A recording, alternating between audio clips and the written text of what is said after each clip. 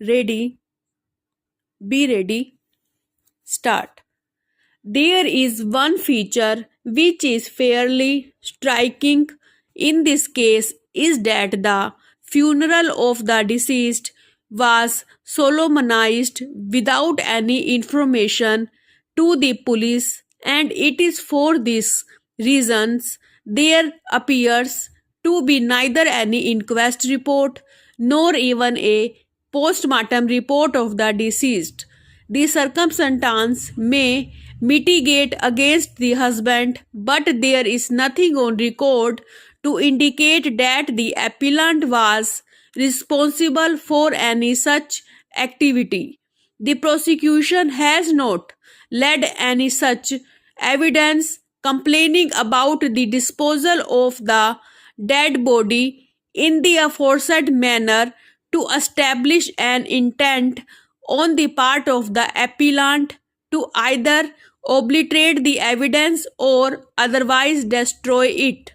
The ocular testimony of Ramkumar PW1 and Shrimati Seema Devi PW2 is totally silent in this regard.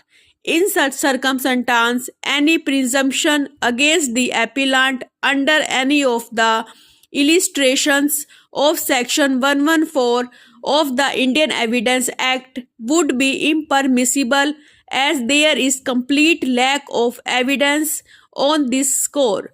The prosecution does not appear to have concentrated on this issue, which appears to be evident from the fact that the family members of the deceased, including her mother-in-law, had reconciled, which also stands reflected in their statements made before the court. Consequently, what we find is that in the entire evidence of the prosecution, no element of mens rea arose to implicate the appellant for having intentionally murdered the deceased Nupera. However, as indicated above, the factum of throwing the cloth soaked in kerosene causing injuries to the deceased is established from the dying declaration of the deceased. The status of the dying declaration has already been held impeachable by us, as it is corroborated by the testimony of the Naib Tahsildar PW6 Ravi Kumar and PW9 Dr. Dalip Roy.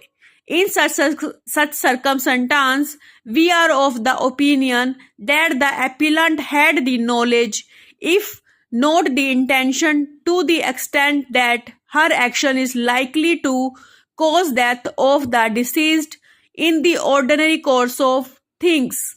The nature of the injuries and the background in which the same came to be suffered by the deceased on account of a clever overt act of the appellant convince us to accept that the prosecution has established the offence, but only to the extent as defined in Part 1 of the Section 304 IPC.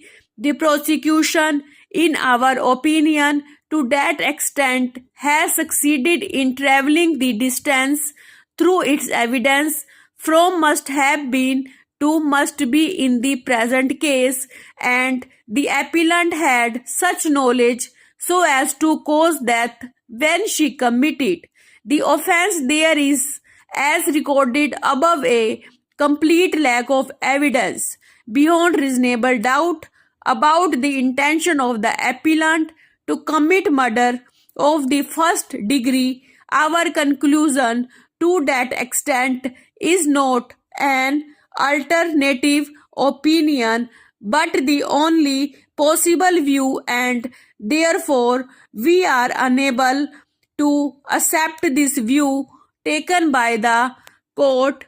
Full stop. Thank you.